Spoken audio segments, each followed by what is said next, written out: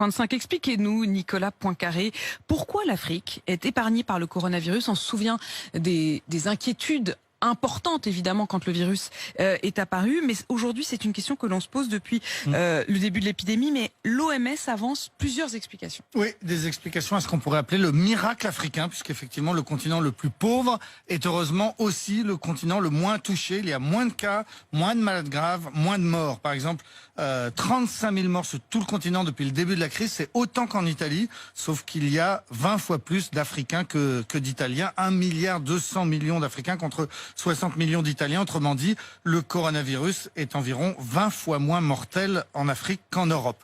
La première explication, c'est l'âge. L'âge médian des Africains est de 20 ans. Ça veut dire que la moitié des Africains ont moins de 20 ans et l'autre moitié plus de 20 ans. Dans le monde, l'âge médian, c'est 10 ans de plus, c'est 30 ans. Et en Europe, c'est 20 fois plus, c'est 42 ans. Pour prendre les deux extrêmes, au Niger, l'âge médian est de 15 ans. Ça veut dire que vous êtes vieux quand vous avez 16 ans. Et à Monaco, l'âge médian est de 52 ans. Ça veut dire que vous êtes jeune quand vous avez 51 ans. Encore un chiffre pour indiquer la jeunesse des Africains. 3% seulement de la population a plus de 65 ans. En France, on est à 20%. Et ceci explique cela. On sait bien que l'âge est un facteur aggravant. Logiquement, sur le continent africain, 91% des malades du Covid ont moins de 60 ans et 80% sont asymptomatiques. Et l'Organisation mondiale de la santé souligne aussi que le mode de vie des Africains les a protégés. Voilà, par exemple, les Africains voyagent moins et donc quand il y a moins d'échanges, eh bien il y a moins de contamination. Ils voyagent moins tout simplement parce qu'ils sont plus pauvres. Ils vivent beaucoup plus à l'extérieur parce qu'ils sont plus ruraux et même en ville, ils sont plus souvent dehors ou dans des bâtiments sans fenêtres pour des raisons climatiques évidentes. Et plus le temps passe, plus on réalise que c'est bien dans les lieux clos que l'on se contamine le plus.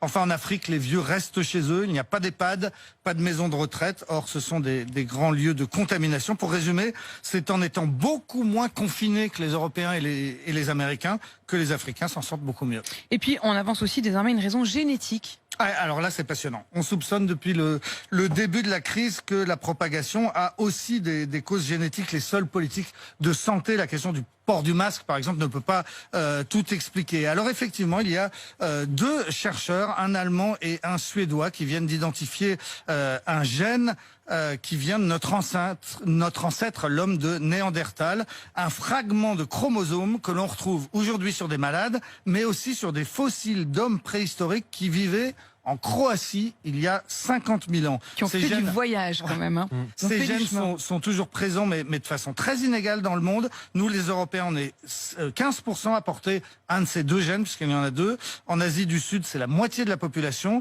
Et en Afrique, pratiquement aucun. Et c'est peut-être aussi une des explications du miracle africain. Mais quel est le rapport entre ces gènes préhistoriques et le coronavirus? Alors justement, l'étude qui a été publiée la semaine dernière montre que les porteurs de ce ou de ces deux gènes ont 3 fois plus de risques de développer une forme grave. Par exemple, les habitants du Bangladesh, qui est le pays du monde qui porte le plus ce gène, ils sont 63% à le porter. Eh bien, dans les hôpitaux britanniques, on avait remarqué, mais sans pouvoir l'expliquer jusqu'à présent, que les malades originaires du Bangladesh mourraient 2 fois plus que les autres. On a donc ce gène très très ancien qui explique une partie des inégalités face au virus. Et est-ce qu'on sait pourquoi les Africains ne sont pas porteurs de ce gène? Alors on le devine, c'est parce que ce qu'on appelle l'homme moderne, vous savez qu'on identifie souvent comme Lucie, la femme africaine qui vivait vers le lac Tchad et qui a été découverte par Yves Coppens. Donc ce qu'on appelle l'homme moderne est sorti d'Afrique il y a 60 000 ans. Il a croisé l'homme de Néandertal en Europe.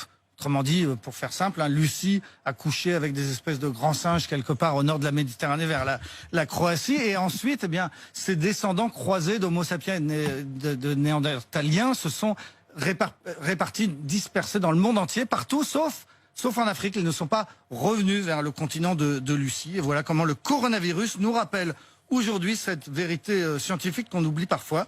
Nous sommes tous des descendants d'Africains. Merci beaucoup. Merci Nicolas Poincaré.